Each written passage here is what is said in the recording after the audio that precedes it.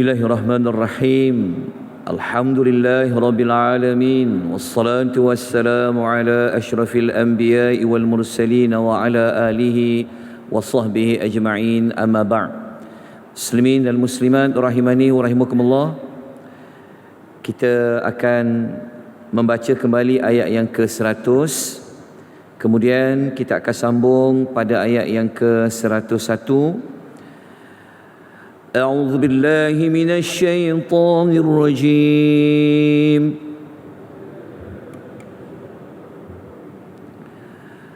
ورفع أبويه على الأرش وخروا له سجداً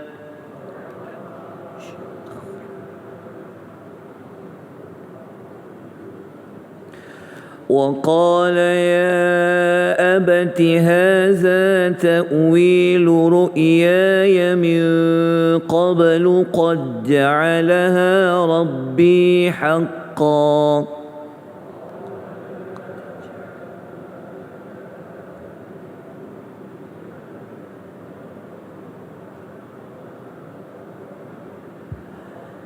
وقد أحسن بي إذ أخرجني من السجن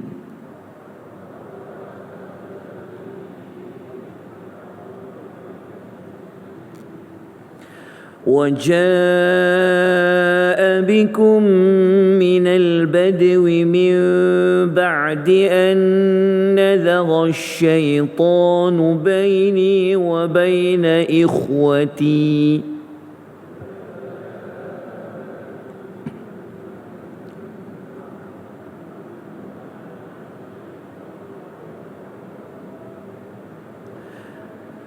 إن ربي لطيف لما يشاء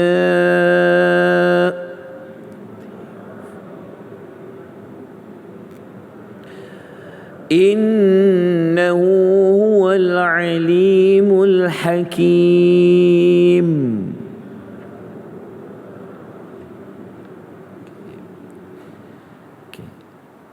Ayat yang ke-100 ini seperti yang telah pun kita baca pada hari yang sebelumnya, terjemahan ayatnya iaitu Nabi Yusuf alaihi salatu wassalam telah menjemput kedua ibu bapanya naik di atas singgasananya. Kemudian Nabi Yaqub dan isterinya telah sujud kepada Nabi Allah Yusuf, begitulah anak-anaknya yang lain. Kemudian Nabi Allah Yusuf memberitahu bahawa apa yang berlaku pada ketika itu, itulah sebenarnya tafsiran mimpinya yang pernah dikhabarkan oleh beliau, seperti mana ayat yang keempat yang telah kita pelajari sebelum daripada ini.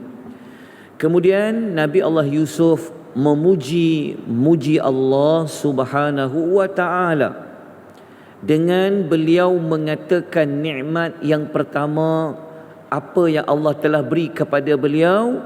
Dia kata Allah ni telah memberikan banyak kebaikan kepada beliau. Yang pertama, dia kata Allah telah membebaskan beliau dari penjara. Maknanya Nabi Allah Yusuf ni, walaupun bertahun-tahun dia mengalami kepayahan, dugaan, dia tak ungkit pun tentang kesalahan. Dia tidak mengenang pun kesusahan. Maknanya Nabi Allah Yusuf ni, dia lebih nampak kebaikan dari Allah, bukan yang bentuk musibah. Kalau kita mungkin terbalik, kalau kita duduk ingat yang susah aja, yang masalah aja yang Allah bagi, kita terlupa nak melihat yang senang tu, yang kebaikan tu. Tetapi Nabi Allah Yusuf, dia menyebutkan tentang Allah ni tak banyak buat nikmat kepada beliau. Antara yang utama, Allah membebaskan dia daripada penjara. Dia tak cerita pun macam mana masuk penjara. Dia cerita dia dapat keluar penjara. Dia tak cerita apa yang berlaku dalam penjara. Jadi ini di antara mesej penting yang kita dapat belajar. Ya, yang maknanya kita janganlah mengenang yang susah-susah tu. Jangan kita ingat yang payah-payah yang Allah bagi pada kita, tapi sepatutnya kita mengenang kepada yang baik. Kemudian Nabi Allah Yusuf mengatakan nikmat yang kedua, dia kata Allah Ta'ala telah temukan bapanya, ahli keluarganya yang berada di pendalaman. Maknanya nikmat kedua ni dia panggil nikmat dapat bertemu dengan ahli keluarga. Daripada ayat ni menunjukkan bahawasanya Nabi Allah Yaqub dia bukan tinggal di bandar. Dia tinggal di kawasan yang hulu, di bumi Palestin. Itu nikmat yang kedua, iaitu nikmat dikumpulkan semua ahli keluarga. Dan yang ketiga, Nabi Allah Yusuf menyebutkan tentang bagaimana Allah Subhanahu wa taala telah memperbaiki, menyatukan kembali hubungan mereka, hubungan dia dengan saudara-saudara dia disebabkan oleh syaitan.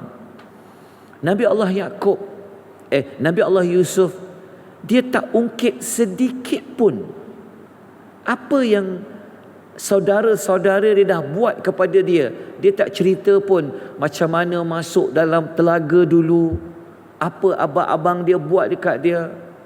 Dia tak cerita sikit pun. Bahkan dia mengatakan yang punca kepada kita berpisah ni, kata Nabi Allah Yusuf adalah siapa?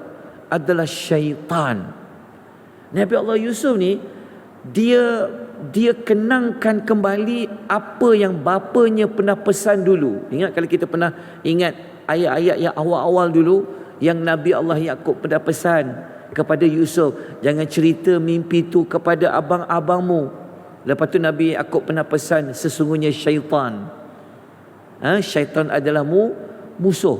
Jadi dia ingat balik apa yang bapa dia pernah sebut dulu tentang syaitan. Kemudian Nabi Allah Yusuf kata diri dia dulu, baru saudaranya. Menunjukkan sifat apa? Sifat yang penuh tawaduk, adab dia kepada Allah dan juga kepada bapa.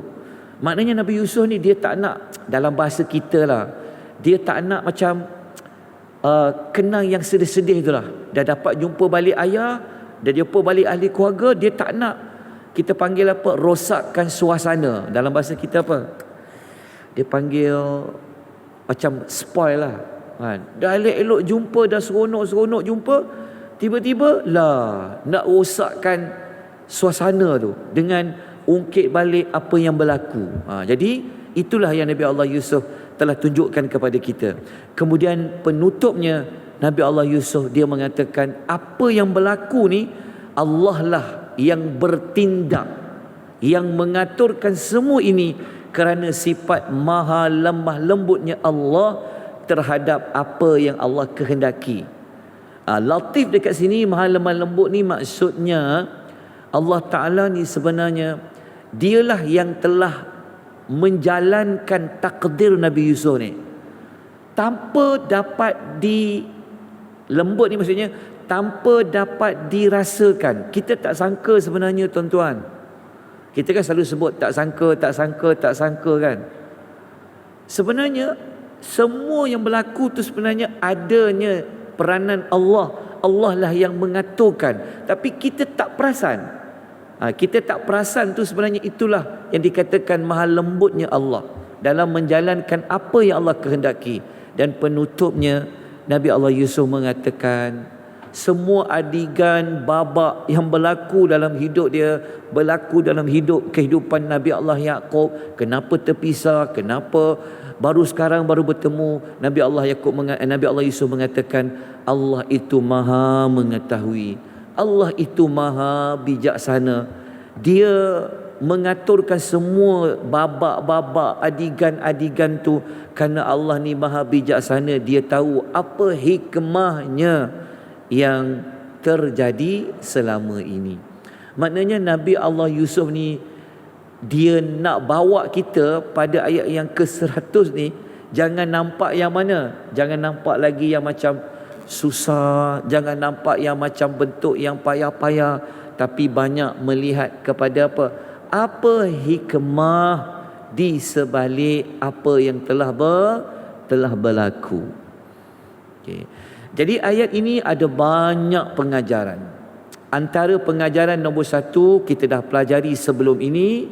Nombor 2 kita dapat belajar sesuatu mimpi yang benar ia boleh menjadi kenyataan walaupun mengambil masa yang lama. Dia bukan mimpi benar ini mesti terjadi hari ini mimpi, minggu depan terjadi. Tidak semestinya. Tapi kalau dia benar, dia boleh mengambil masa yang lama baru boleh terjadi. Tetapi dia pasti terjadi. Tapi bila waktunya, dia juga boleh mengambil waktu yang lama. Seperti mana kisah Nabi Allah Yusuf. Bayangkan tuan-tuan, kita sampai ayat yang ke-100 dah. Mimpi itu ayat nombor berapa? Ayat yang keempat. Kita pun rasa macam lama nak sampai ayat yang ke-100 ni. Tapi berapa tahun Nabi Allah Yusuf nak dapatkan mimpi ini. Baik. Kemudian yang ketiga, kita dapat pelajari keihsanan dan kurniaan Allah Subhanahu wa taala. Seperti yang kita telah sebutkan tadi, kenapa Nabi Allah Yusuf dia tidak menceritakan yang susah. Kalau cerita dekat orang, mungkin kita kata, kalau kita lah cerita kan, kalau kita jumpa kawan kita lama tak jumpa, terpisah, mungkin kita akan cerita yang susah tu. Kita tak lebih memaparkan yang kurniaan Allah itu, yang senang itu. Nombor 4, kita dapat pelajari dalam ayat ini menunjukkan bahawa rupa-rupanya di sebalik yang berlaku dalam konflik keluarga itu, rupa-rupanya peranan utama juga adalah daripada apa? Daripada syaitan. Jadi dekat sini tuan-tuan, kalau kita ada hubungan kekeluargaan kita yang masih lagi belum terjalin, mungkin ada di kalangan kita yang masih berdendam dengan abangnya, dengan kakaknya, dengan adik-beradiknya, betul tak? Sampai dah bertahun-tahun tak balik raya. Contoh. Sebab apa? Sebab marah ini, dendam ini, sakit lah benda-benda berlaku. Ambil kisah Nabi Yusuf ni, pujuk hati tu. Ingat, bukan sebab kakak dengki, bukan sebab abang jahat, bukan sebab adik-beradik ada sifat buruk, tak. Tapi sebenarnya sebab apa? Sebab syaitan. Jadi kalau kita boleh ambil teknik macam ni, so kita rasa boleh pujuklah hati tu. Sebab selama ni mungkin kita kata sebab kakak dengki lah ni, sebab abang beginilah. Rupa-rupanya bukan. Sebenarnya adalah syaitan. Maka satu nikmat dia, kalau dapat menjalinkan kembali hubungan yang sudah lama terputus. Kan? Siapa yang telah melalui nikmat boleh kumpulkan balik, jumpa adik-beradik dia yang lama yang telah terpisah, dia akan rasa nikmat itu.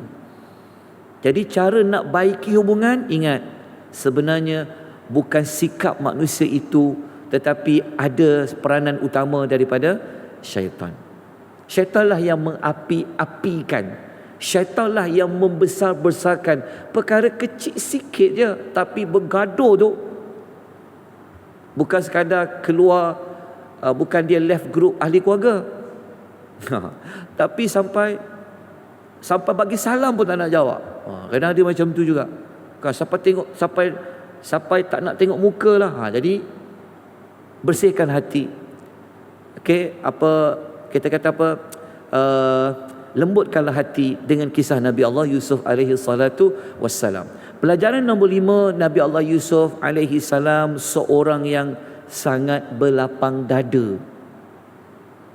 Dia dah tak ungkit dah apa yang berlaku dalam hidup dia. Tapi kalau kita tengok cerita ni, memang kalaulah dia cerita balik dekat ayah dia kan, ayah tahu tak selama ni kenapa terjadi? Sebab anak ayah lah kan. Tapi Nabi Yusuf ni kita belajar, dia sangat berlapang dada, seolah-olah peristiwa selama ni yang berlaku tak pernah berlaku. Itu yang kita nak tiru daripada kisah Nabi Allah Yusuf. Kemudian pelajaran nombor 6. Dekat sini kita dapat belajar kelatifan Allah terhadap para hamba. Tuan-tuan, kelatifan Allah ni maksudnya kita kena meyakini setiap takdir yang Allah jalankan dalam hidup kita ni, sebenarnya Allah itu yang menjalankannya tanpa kita dapat rasakan. Kita ingat kita yang buat, kita ingat orang lain yang bantu.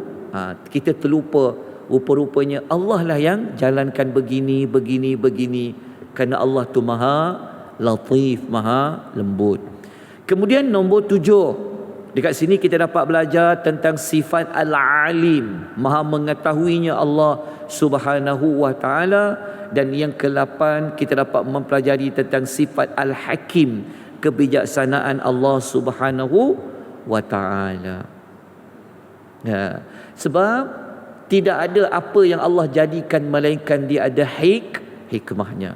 Baik, kita terus ke ayat yang terakhir dalam cerita Nabi Allah Yusuf alaihi salatu wassalam. Apakah doa beliau yang beliau minta kepada Allah Azza wa Jalla?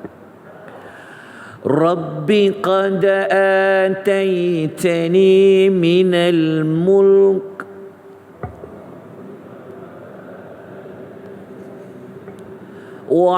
وعلمتني من تأويل الأحاديث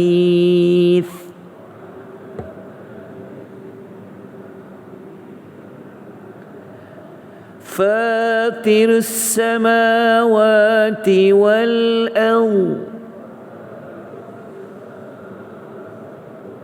أنت ولي في الدنيا والآخرة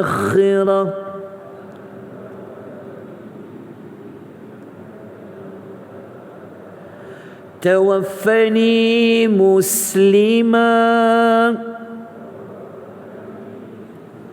وألحقني بالصالحين.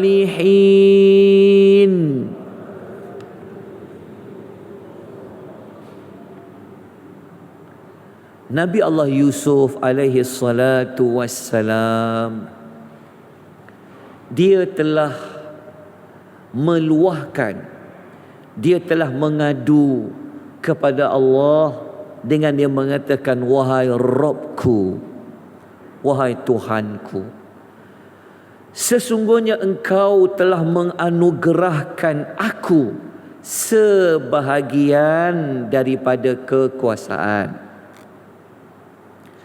Dan engkau ya Allah telah mengajar kepadaku sebahagian daripada ilmu tafsir dan mimpi. Wahai Tuhan yang menciptakan langit dan bumi, engkaulah penguasa dan engkaulah pelindungku di dunia dan di hari akhirat. Sempurnakanlah ajalku. Nabi Allah Yusuf kata, kalau dia mati, matikanlah aku dalam keadaan seorang yang benar-benar Islam, dan hubungkanlah aku, tempatkanlah aku, kumpulkanlah aku dengan orang-orang yang salih. Okey, tuan-tuan,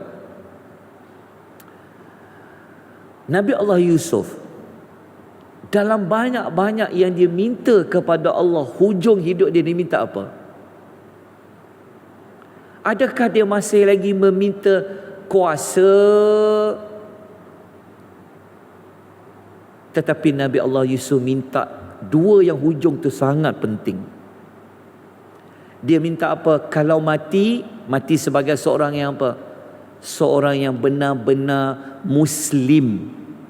Tak nak nama je Islam, tapi mati dalam keadaan seorang yang belum lagi menyerahkan hidupnya, masanya, nyawanya, hartanya adalah untuk Islam. Dia tak nak mati seorang yang belum lagi benar-benar menyerahkan diri kepada Allah. Maksudnya belum lagi menjadi seorang yang benar-benar hamba kepada Allah. Dan dia minta kalau mati nanti tempatkanlah bersama dengan orang-orang yang salih. Tuan bayangkan, dalam banyak-banyak yang dia minta yang ini tuan-tuan. Apa yang tak ada dekat Nabi Allah Yusuf? Kuasa ada. Rupa paras yang cantik, separuh kecantikan dunia ada pada dia. Boleh mentaksir mimpi, Allah bagi pada dia. Tetapi bukan itu yang penting. Tak penting semua tu. Bukan kuasa itu yang penting, bukan rupa yang cantik itu yang penting. Tetapi yang dia lihat kepada apa? Macam mana nak mati nanti ni? Nak mati nanti, dia mati sebagai seorang yang apa? Lepas tu kalau dah mati, di mana Allah Ta'ala nak letakkan kehidupan dia? Adakah bersama dengan orang-orang yang buruk, tapi bersama dengan orang yang soleh? Okey, pengajaran daripada ayat ini nombor 1. Oh, masa kita dah sampai tuan-tuan. Bukan dah sampai maksudnya mati tu. Tapi kalau Allah matikan kita, matilah dalam keadaan seorang yang benar-benar Islam. Kita dah 21 minit. Pengajaran ada 6. Tuan-tuan nak habiskan ke? Sambunglah besok kita sambung insya-Allah. Kalau Allah panjangkan umur kita lagi, kita jumpa lagi insya-Allah. Esok ayat pengajaran dia. Sebab ayat 101 ni, ini dia panggil klimaks kepada cerita Nabi Allah Yusuf. Supaya kita ubah cara fikir. Selama ni kalau kenang Nabi Allah Yusuf, mesti kita ingat yang handsome je. Betul tak? Kalau sebut karakter Yusuf, oh Nabi yang handsome tu ke? Kita terlupa nak kenang yang ayat 101 tu. Masya-Allah, besok kita kena cerita dengan lebih terperinci sikit lagi tentang pengajaran dia. Kita ulas sikit lagi, kemudian kita sambung terus dengan ayat yang ke 102 insya-Allah. Boleh baca dulu, kemudian kita jumpa. Moga-moga Allah temukan kita sekali lagi pada keesokan paginya. Aqulu qawli hadza wa astaghfirullahal azim wa billahi taufiq wal hidayah. Wassalamualaikum warahmatullahi wabarakatuh.